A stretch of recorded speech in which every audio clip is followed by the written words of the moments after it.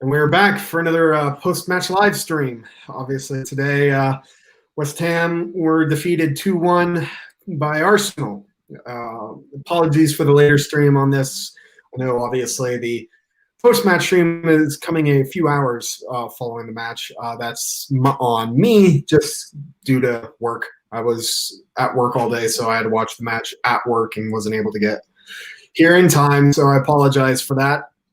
But as always, I'm joined by my co-host, Irish Tommy. How you feeling? Very frustrated, Chris. We should be, celebrating some form of result this evening. Yeah. We should have our first points on the board, but unfortunately, we managed to mess it up at the end. Of course. So, very, very frustrated, disappointed. We deserved more from it. Yeah, the word that I was kind of going with is I'm just gutted about this. I thought that there was much more to be had there, and we'll get into all of this of course, but there was so much more to be had there. I thought that a point was easily deserved, at least, if not the win itself. I thought for a majority of the match, we looked like the better team. Yeah, 100%. I mean, the first half I thought was fairly even. Hey, Tim, I'm going to be saying some things Tim is not going to like at all in this show. So just have your, the squeezy balls ready just to calm yourself, Tim, if you're watching this. But yeah, first half, I thought we started pretty well. And we held our own in that first half. We had a spell where we were moving the ball quite well. Arsenal had a spell where they were on top a little bit. Obviously, they took the lead, and you always fear the worst. When you're away to one of the big six and you go behind kind of early, you think, "Oh Christ, here we go."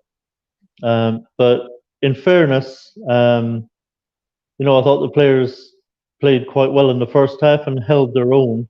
Obviously, we got an equaliser just before the break, which was hugely important. It changes the whole mood of the players. Going into that dressing room at half time, gets their tails up. They know they're playing well, so that was hugely important. The timing of that goal, to not be going in there a goal down, having played well and held our own.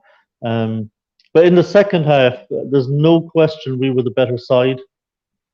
For long periods in that second half, we had Arsenal defending. Yeah. We were pinning them back in their own half, getting lots of ball into the box. Unfortunately, we couldn't make it count. But overall, a very positive performance that we can take a lot from. And that's why it's so frustrating and annoying that we come away from this game with nothing, and it just seems to be the way with us when we play Arsenal. We just have no luck against Arsenal whatsoever. Yeah, and that is the one thing that keeps my head up a little bit, my chin up a little bit with this performance. Is yes, we didn't get anything when we should have, but that was miles better compared to the Newcastle match. I don't know if it was the 5 at the back system. I don't know if it was the injection of someone like Masuaku into the lineup, or just a whole different mentality by the team. But that was just a completely different team than what we saw against Newcastle. Yeah, I think it's a mixture of things. I think the formation and tactics actually worked. It was a good call from David Moyes, so we have to give him kudos for that. Yeah, I think there was certainly a different attitude among the players. Like I say, there was an injection of different players, the likes of Masuaku, for example. So thanks, Tim. So, and also, after the Newcastle game, David Moyes kept the players locked in a changing room for some time after the game, and clearly he had a lot to say about the lack of performance against Newcastle. He was not happy and I hoped that we would see a response from the players tonight, and thankfully we did. So I think it's a mixture of things that saw us perform a lot better tonight. And probably one of the things was the fact that we are playing a top six team. The players would have understood that this is a big game against a big team on TV, and they probably would have been really up for it and would have understood that they've got to come out and play well, because they would have known if they played again today like they did against Arsenal, like they did against Newcastle, that they could be absolutely destroyed. So the attitude was certainly a lot better. Let me ask you this.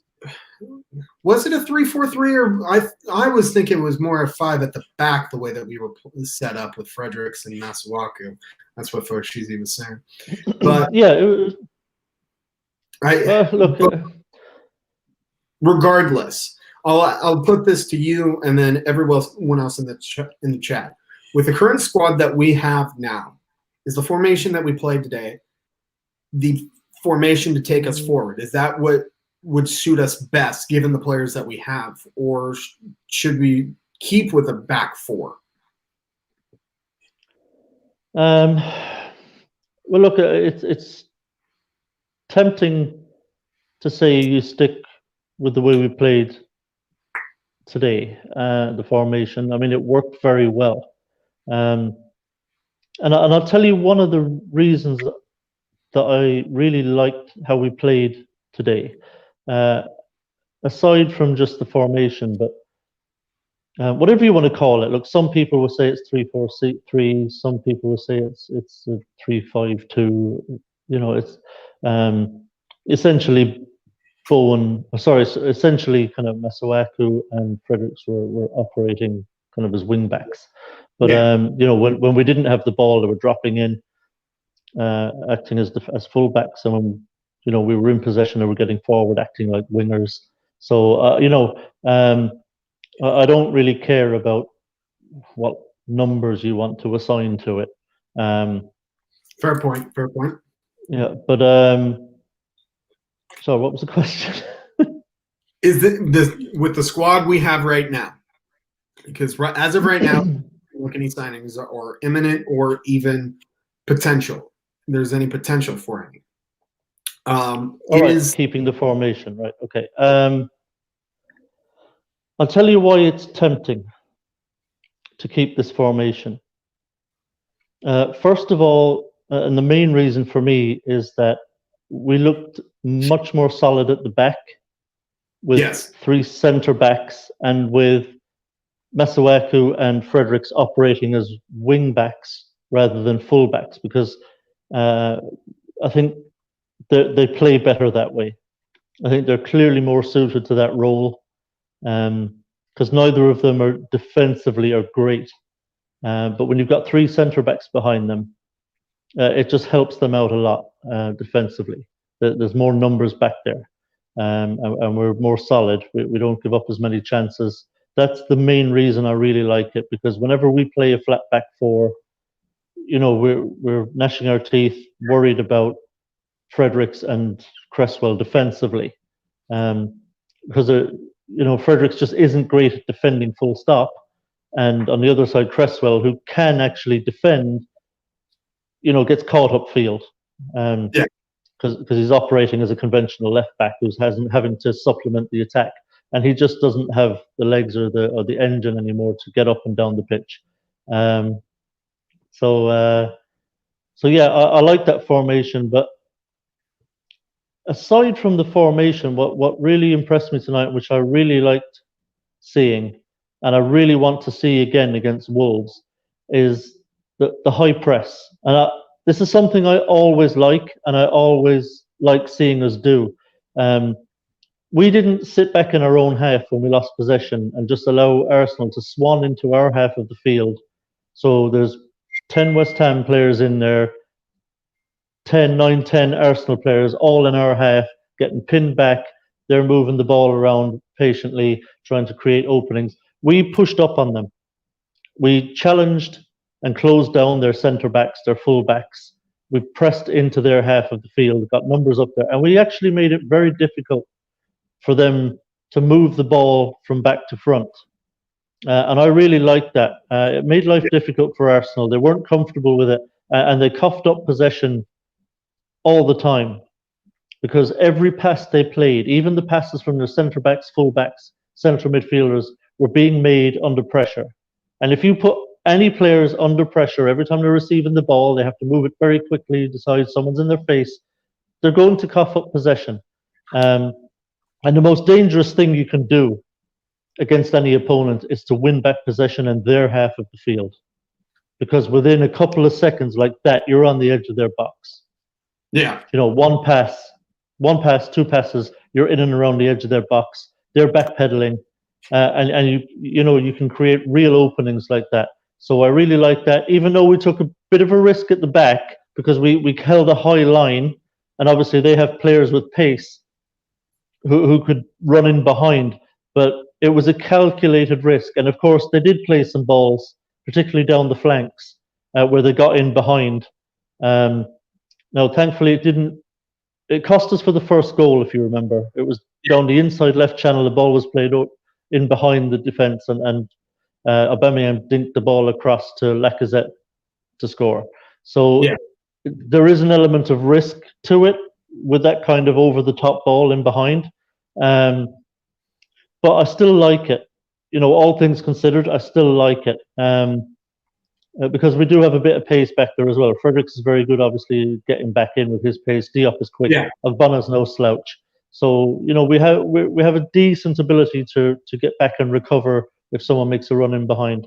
And basically, it just condenses everything into that kind of middle third of the pitch where you can really now physically compete just with work rate.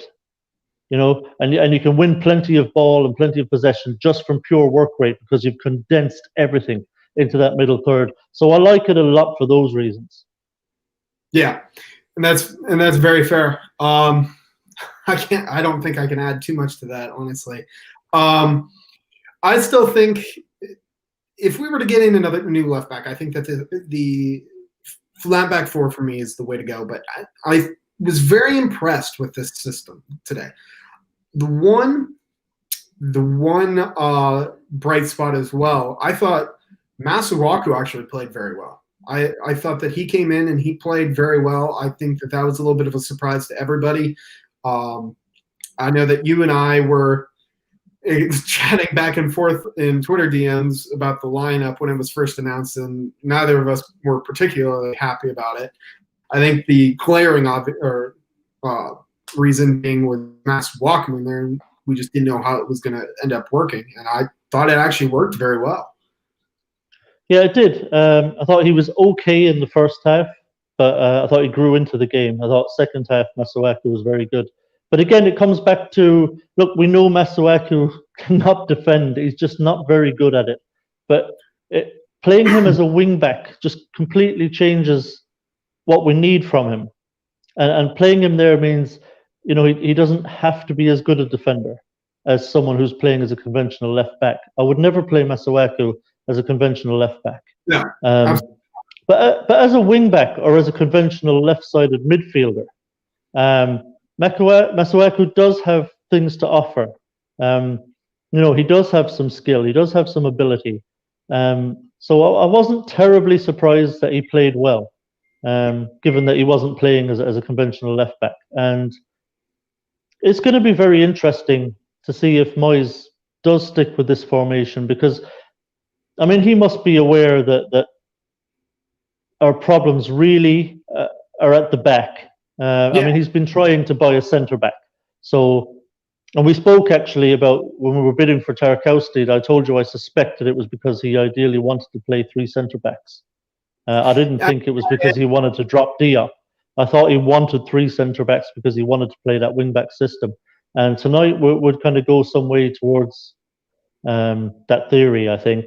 So he knows that full back positions are dodgy. He knows we leak far too many goals. He's been public about that. And I think that's mainly why he changed the system tonight. I think he feared what might happen given the pace and ability of Arsenal's front three. And that's why he changed the system for this game. and it worked a treat because we were much more solid defensively. So I think he clearly feels that this is a kind of system that will allow us to be much more solid defensively, and he might be right. Yeah, and you're exactly right on that. I think that, like we've been saying, I think it was a very good. It was miles better. I think it was much improved. Let me see here. I want to talk to you about VAR. I want to talk specifically ask you about that Gabrielle incident. For you, should that have been a penalty? Yeah, it's handball. I mean, listen, Yep. There's two questions. There's the technical side of it. So apparently now they're splitting people's arms in two. So apparently, if it's like below the like line of the jersey or something like that, or like the sleeve, Not even is like a handball, and anything kind of up here isn't. I mean, have you ever heard anything more ridiculous? I mean, your arm is your arm. I mean, it's always been a handball if it hits you on the arm. I mean, we saw a penalty given against Lindelof in the United Palace game where ball hit him, I think, on the forearm here somewhere, or up here somewhere. That's given as a penalty. And then a virtually identical one, albeit a little bit further up on the arm. You know, a couple of hours later, no penalty. It's absolutely ridiculous. Yeah. You know, why complicate? Because every time you complicate a rule like this unnecessarily, you're going to create problems. You're going to create controversy. People are sitting in the VAR room, you know, analyzing in super slow-mo and all these different angles. Where exactly on the arm did it hit him? It shouldn't matter. The question should be, did that hit him on the arm or did it not? Yeah. If it did, it should be a penalty. I mean, just simplify it for everybody's sake. Because right now, it's a complete mess. And nobody has any confidence in it. Nobody really knows what the fuck is going on with it. It's a joke of a system right now. And that, I think that is the stem of my issue with it, was the separation in the same day, very similar, almost identical instances where one is given, one isn't. If it was both called a handball, that'd be one thing. If it wasn't, if both of them were called not handball, that'd be complete. That's in the same situation where it's like, okay, at least you're consistent with it. But well, that's people's issue essentially. Is that nobody knows anymore what the fuck is handball or what isn't. You know, we had this situation. Remember last season with Declan Rice, away to Sheffield United, where the ball was headed by a Sheffield United player point blank onto his arm, which was down by his side, and they decided that they were going to chalk off an equaliser by Snodgrass late in the game because of a completely accidental handball. And then this evening, we have another kind of situation where in a penalty area where it's hitting an arm and it's no penalty. Earlier in the day at Old Trafford, it accidentally is point blank again, hits someone's arm, penalty. You know, I mean, it's all over the place, and they've got to simplify it. Yeah, and I think the one thing too that pissed me off personally about the whole situation was the announcers. I don't think we have the same announcers, obviously. Yeah. But, sorry, just to answer Tim put up a comment there. Just to answer Tim, they removed the intent part. That's gone. The intent part of the handball in the area is gone. They removed it. Intent is not required anymore. Did not know that. Yeah, I did not. I didn't know that as well as. I mean, it didn't change my argument. The announcers here in the United States on NBC Sports, basically what they were saying, they showed the replay like a dozen times. And every time they kept saying like, oh, he's not intending to go for it. Like he's trying to hit it and just misses it and hits his arm. I'm like, all right, so what? It hit his arm. Yes. It's unnatural position. It's completely immaterial. Penalty. Yeah, the fact that he tried to head the ball is immaterial. Yeah. and they kept arguing it based off of that, and then on top of that as well, that they were basically furious with the handball given in the United game. And so they're looking at it through that lens. I'm like, no, you have to look at it on the ground, and that is a penalty. That is a handball. Yeah, it is, and penalties should be given for that. And I hope they will review it, because it's just a complete mess. And I'll guarantee you, if it had happened at the other end of the pitch, Michael Oliver would have pointed to the spot. Absolutely. And that goes to bigger indication. Folks, easy with the top 6 bye. Yes and no. Obviously, the one that was given in favor or against United was against the top 6. So in a way, I think it's just a show of how shambolic VAR is, how inconsistent it is.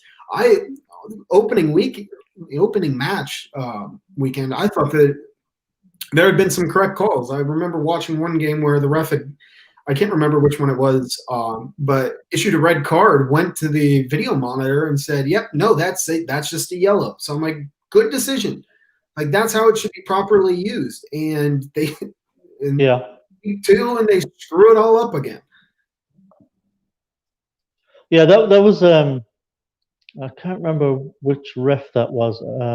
John Moss, I think. Match. I want to say it was Southampton. Yeah, I think it was John Moss.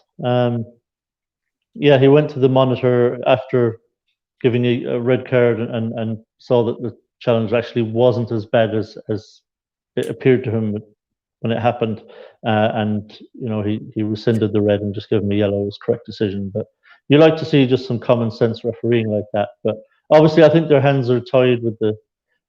You see, here's the problem with it is you're going to have completely inconsistent decision making, I think, because had Michael Oliver awarded us the penalty, I don't believe the people in the VAR room would have overturned it. And equally, the fact that he didn't give it, they weren't going to overturn that either, because it's such a grey area. Yeah. That the VAR people are just going to go with the ref's call and say, yeah, okay, you can make that call. And we don't really have any solid basis to overturn it. And so what you're going to end up with throughout the season is a complete mess where it's just potluck whether a ref is going to award a penalty or not for something like that. Yeah. It'd be in a way that, with regards similarity to the NFL, for example, on call standing, there's not inconclusive evidence to overturn a decision. So I think you're right in the gray area aspect of it. So, I mean, you remember how much of a mess there was one time in the NFL about, like, nobody knew what a catch was anymore. Yeah. Because there was such inconsistency in the calls from the refs of that was a catch, that wasn't a catch. And in the end, nobody knew what the hell a catch was. Yeah. Believe me, I know. You were robbed. I know. You were absolutely robbed. There's no question. Yeah. Look, there's a big side note here. You might notice that both of us are not wearing any West Ham or neutral gear. Tomorrow, my Pittsburgh Steelers face off against Tommy's Denver Broncos. So we're friends right now, but in less than 24 hours, him and I are not going to be necessarily friends for a few hours. No, for about 3.5 hours, we're going to be sworn enemies, I think. Yeah. But, so if anyone was wondering as to why the NFL gear on both sides, that's why. It's just a little bit of friendly banter. But I mean, yeah, VAR is completely shambolic. I don't know how it can be fixed right now. I like Tim's point that there's still human error, even though it was designed to eliminate the human error. But the issue I think we're still finding, though, is, I mean, last year we were complaining about the nitpicking of the lines being drawn and someone's toe being offside. So we've gone from that to, all right, no changes made whatsoever. And we need to find that middle, and I just don't know how we get there. Yeah, well, they were talking about daylight, right? They were talking about, these marginal ones were going to be let go, which I'm fine with. I hate all that, those bloody lines on the pitch trying to Yeah, see if someone's big toenail is offside, or like, it's crazy, and it takes up too much time. Um, Foe, you just lost a friend. Um, so these marginal, like, I don't have a problem with Arsenal's goal on that one.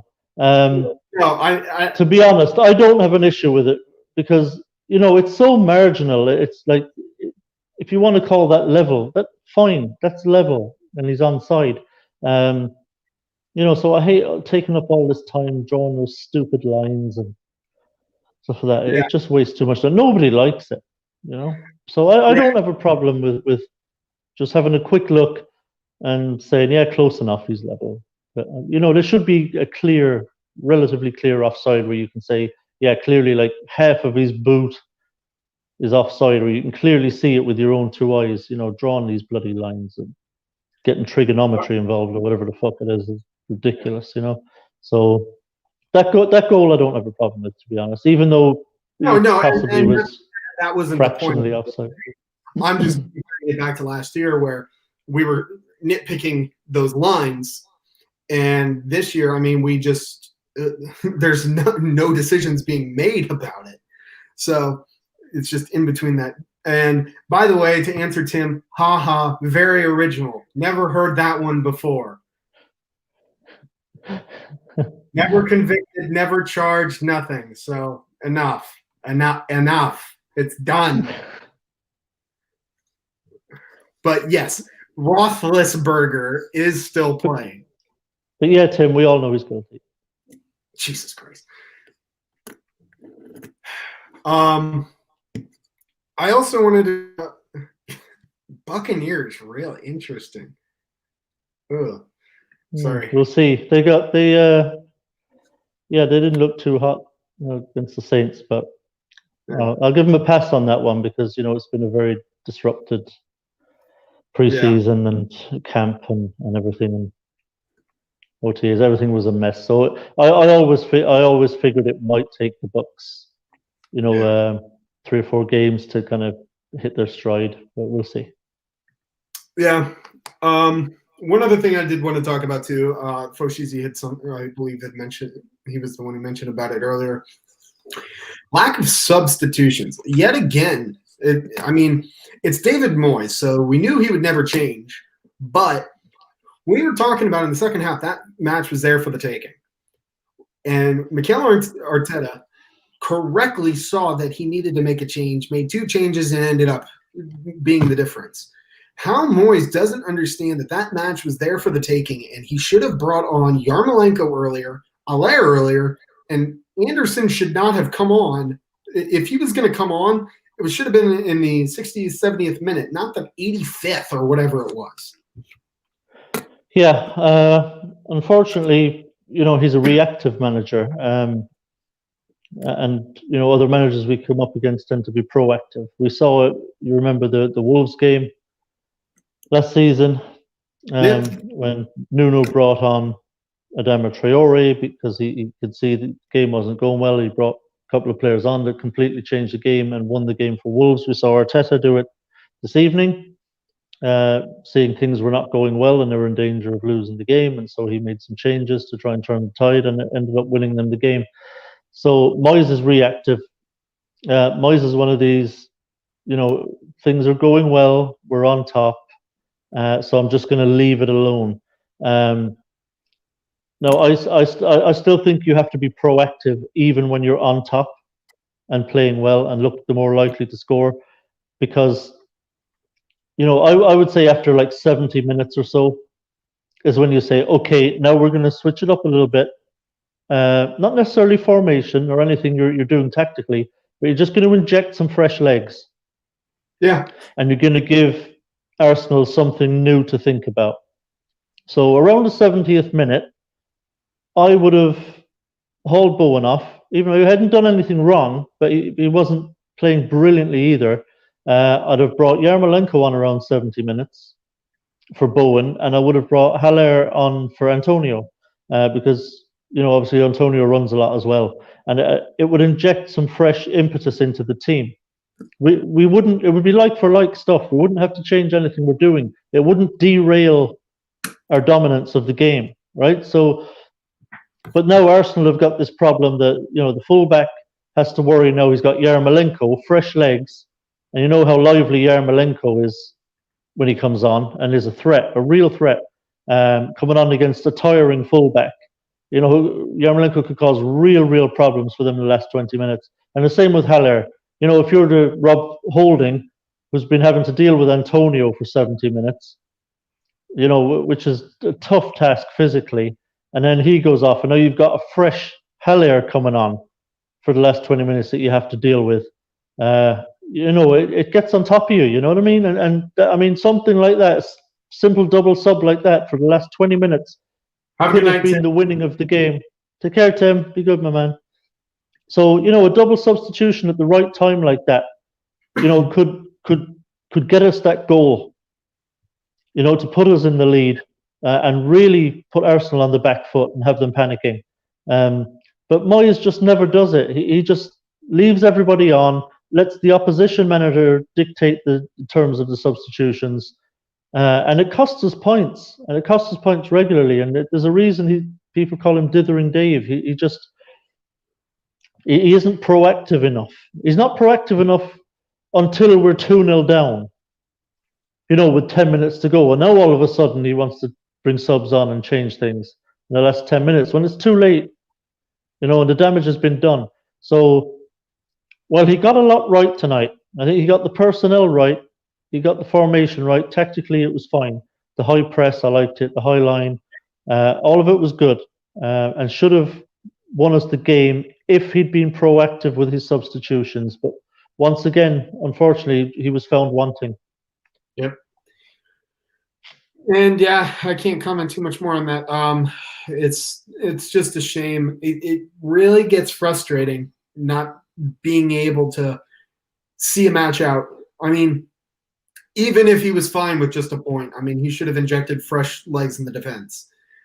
He should have done something earlier just to secure or go for it, but just nothing. And in his post-match conference, there's been one theme that he's had in both press conferences now for the first two matches, is he's not happy with refereeing. That's all he really I don't think anyone's ever really asked him, hey, why don't you think about just bringing substitutions on earlier?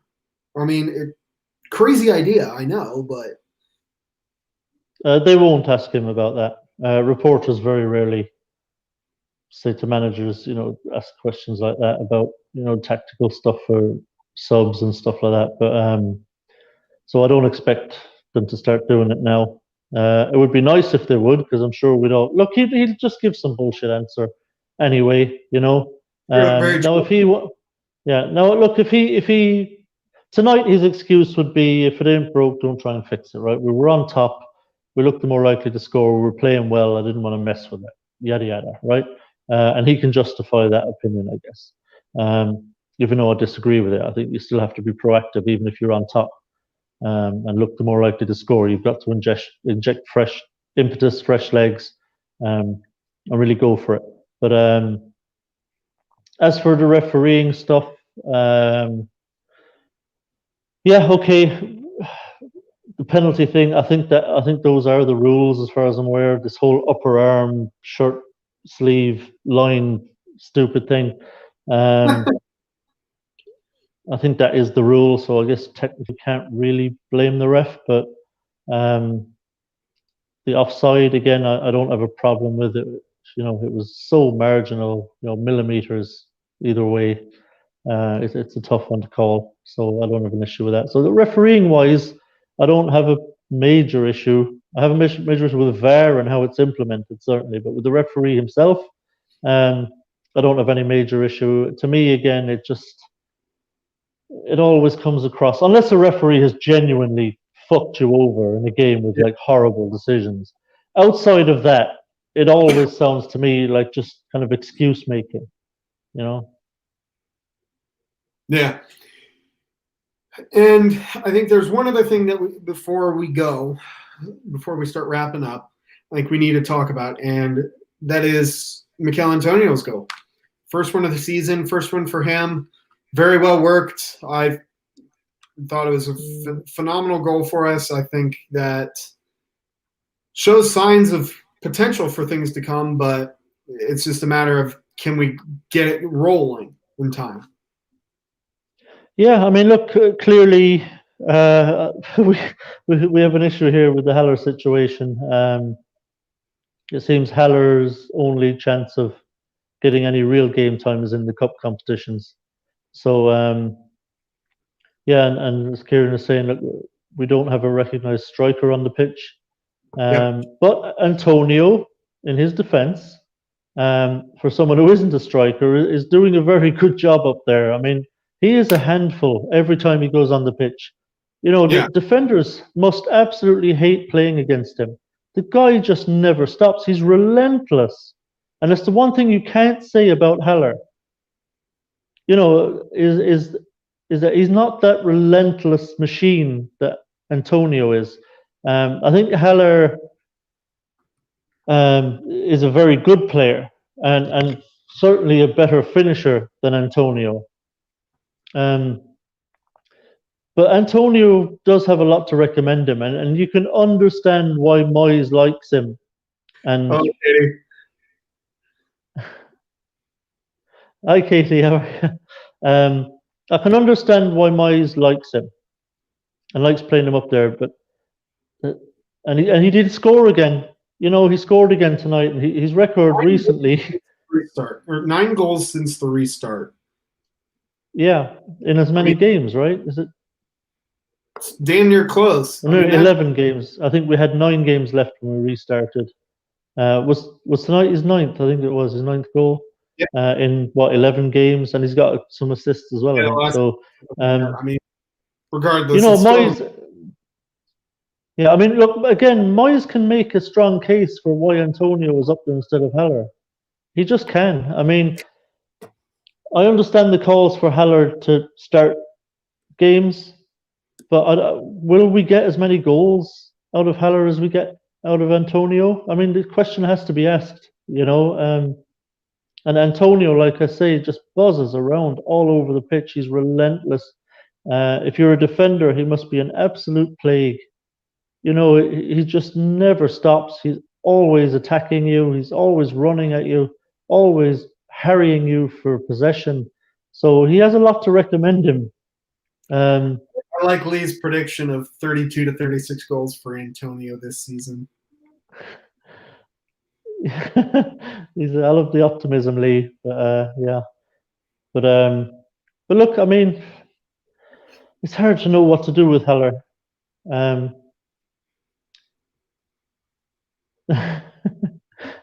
Well spotted, Katie. I do have a beard. Katie's on the sauce. Yeah, yes. Good for her. She was probably in Stowe's. She'd been drinking. Maybe she doesn't trust her eyesight anymore. So it's just a shadow. Yeah. So yeah, the Heller situation obviously is a problem because he costs a lot of money. Or at least he will when we finally fucking pay for him. But yeah, look, he's a £45 million striker to us, and he cannot get on the pitch. So, and he's on big wages too. So I don't know how that's going to pan out. But and look, a lot of the time when I have seen. Foshizi had asked about this. I've seen this report here. Diop plus Haller for Moussa Dembele. There was one other person I remember seeing that was involved in that deal coming from Lyon to us. I can't remember who it is now, but I know that they're there. Yeah, it sounds like a Sullivan deal, doesn't it? Where we get our pants pulled down. Yeah, it sounds like a Sullivan deal where we get our pants pulled down. To give up Diop and Haller for Moussa Dembele would be a joke. And it's not, don't get me wrong, I think Moussa Dembele is a fine striker. But oh no, I think it's just the shadows here in the room, I think, Katie. It's not black. It's not as dark as it looks. It's good. I got that sexy kind of salt and pepper going on. But yeah, I think the problem is that even if we did do that, Moussa Dembele would likely find himself in exactly the same situation as Haller, because at the moment, Antonio is teacher's pet, and David Moyes is going to keep playing Antonio. Yep. Pretty much regardless of who we bring in, I think. Because look, the guy is scoring goals. He's affecting games, runs his ass off. So I think it doesn't matter who we bring in at this point. I think Antonio is going to be starting up top, and we just need to get used to it. And what it means for Haller long term, probably not much. I think we're likely seeing Heller's last season at the club, I would imagine. Yeah, I could very well see that. I have not heard that Marseille rejected a bid from Leeds for Payet. I don't know how heard anything. If he came back to the Premier League and it was too. Yeah, I doubt Payet has much appetite for Premier League return, to be honest. But yeah, that would be interesting. I thought just to talk about some of the displays today. I'm glad Tim is gone, actually, because I thought Ryan Fredericks in that wing-back role, I thought was absolutely fantastic. He was. I mean, that's the best I've seen him. It's the best I've seen him at West Ham. Fredericks was really good. And like I say, if we can get those performances out of Masuaku and Fredericks, and we can be more solid at the back with those three centre-backs, if Moyes wants to roll with this formation, with the high press, with the energy that we showed, then that's fine with me, even though ideally my preferred system is the 4-2-3-1. But, Fredericks was fantastic in that game. And he played, and let's be honest, he was one of the very few people who actually performed well against Newcastle too. Fredericks had a good game against Newcastle. He had a good game again tonight. He got an assist. He got the assist for Antonio's goal. He overlapped Bowen, who slipped him in, played a good ball across, good low-driven ball across for Antonio. So I have to give props, because we've given Fredericks a lot of shit on this show, and rightly so. We've given him a lot of shit because he has deserved it. He's had some really poor, horrible performances, but I think in fairness, you have to give him credit when that's due too. And over these last two games, I think Fredericks has come out with a hell of a lot of credit. Yeah. I'm going to ask you a question here right at the very end, but first, I got to say, Kieran, I am knocking on wood big time, so that way we don't have to figure it out right now. Like now. Yeah. Well, look. I mean, the simple answer is we'll play Haller up top. Yeah. How effective he'll be is another question. Yeah, that's what I mean. I think actually the system we played tonight would suit Haller a lot better than our usual system, because of that high press, because we won so much ball in Arsenal's half. Every time we got forward, we had numbers. So there would be much greater support in this system for Haller. He wouldn't be isolated. I think he would always have players around him. And I think that would really suit Haller, actually. So if Antonio goes down, fingers crossed he doesn't, but I think Haller would plug into this system quite very well, actually. I think it would suit him. I mean, the amount of balls that come into the box today, there was a huge amount. So, yeah, I think I wouldn't be so worried about an Antonio injury in this system, because I think Haller will plug right into it, and I think he'll really enjoy playing in this system and will be very effective. I had just thought about this as well, and this might lead to some rants right here at the very end, so I'm interested to see. Did you see Diangana's goal? Yeah, yeah, everyone saw it. It was on live, the game. I was watching it. Oh, okay. I have Sky Sports here and BT Sports, so I see all the games. But yeah, I saw it. It just I fucking annoyed me. I'm, I don't think that like this fan base could be any more pissed off than it could have been going into this match following that Diangana goal. Like, maybe like what could have been. Yeah, I mean, imagine Diangana in there tonight. You know, with the amount of ball that we had in Arsenal's half, the amount of attacking we did, you know, he could have had an absolute fucking field day. You know, Yep. so he showed his quality, Diangana, today. The loss was not his fault. Obviously, they had a man sent off. Slaven Village even got himself sent off. Yeah, Yeah, I they had a saw man that. sent off, and defensively, West Brom look really bad. They've got to do something defensively. But yeah, Diangana himself looked a really good player. But we knew that, you know, we all knew he was Premier League ready. We were all expecting him to have a really good season for us. We were all very excited about that prospect. Um, to have him on the left and Bowen on the other side. We thought that was going to give us a real attacking edge, and it would. And we saw that today. I mean, you know, he gave them all they could handle. Yeah. One final question before we go. Who's your man of the match today? Ryan Fredericks. I have to go Ryan Fredericks. I thought he was brilliant. The whole game, he got up and down the pitch. He put some great balls in the box. His decision making was really good. Just didn't put a foot wrong for me. I thought Fredericks was absolutely brilliant. Souček was very good, but particularly in the second half more than the first.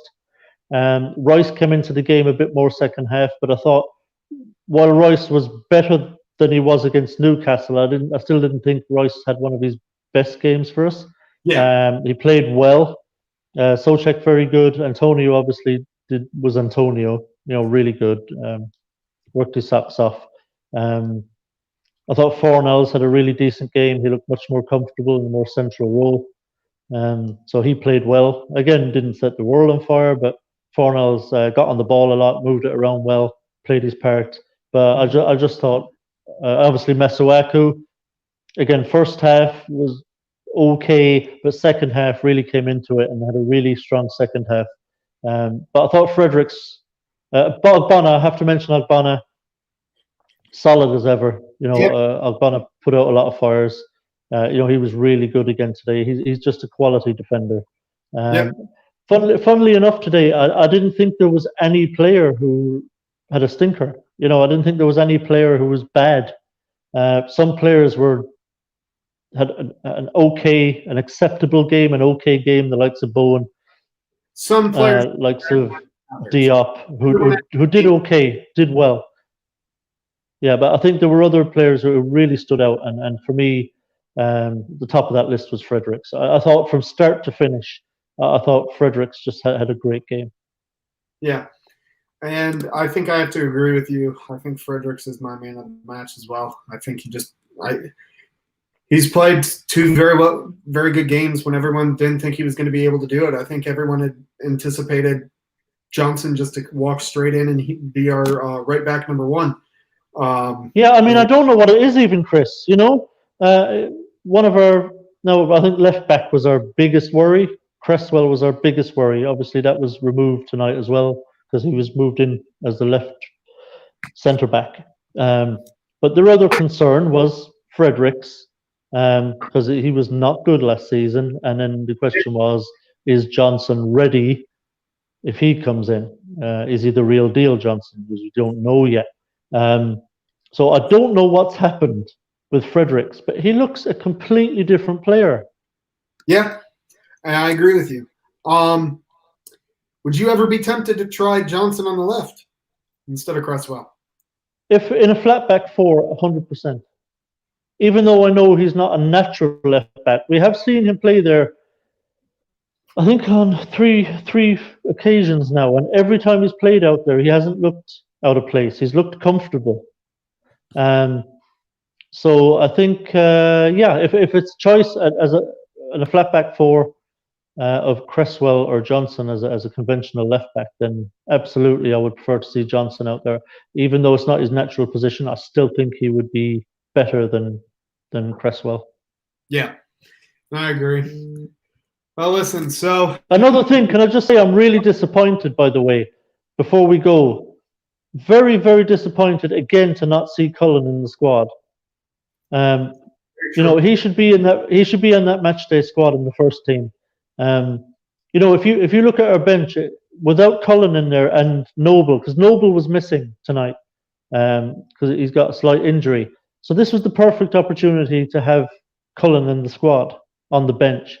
We had too many attacking midfielders on the bench. I would have no qualms whatsoever about dropping Anderson out of the squad tonight and putting Cullen there. I mean, agreed. What were we going to do if Royce or Soucek had to go off? Yep. So who are you going to put there? No, you know, if you have Cullen on the bench, it's just plug and play. Royce comes off or Soucek comes off, you plug Cullen in there. Who are you going to put? Are you going to put Anderson or Lanzini or someone in there? I don't think so. Yeah, I don't know on that. The only thing you could do is drop Fornells back in there, but you know he's not a defensive midfielder either. Yeah. You know, it's a perfect role for Cullen, and we need to start seeing Cullen on the bench now, and even at the expense of Noble, and I mean that. Yeah. Well, listen, not going to happen. I know because he's club now. Captain, but yeah. Yeah. We move on now. Obviously, we have the cup match against Hull City on Tuesday. We'll see if we're going to be back here on that. Obviously, we didn't have a show for the Charlton match. Not sure yet if we'll have one for the Hull match or not. But obviously, we'll be right back here next Sunday following the Wolves match. I don't know how to feel about that match. I like to retain some optimism heading forward, but I have optimism for that game. I do. I have optimism for that game.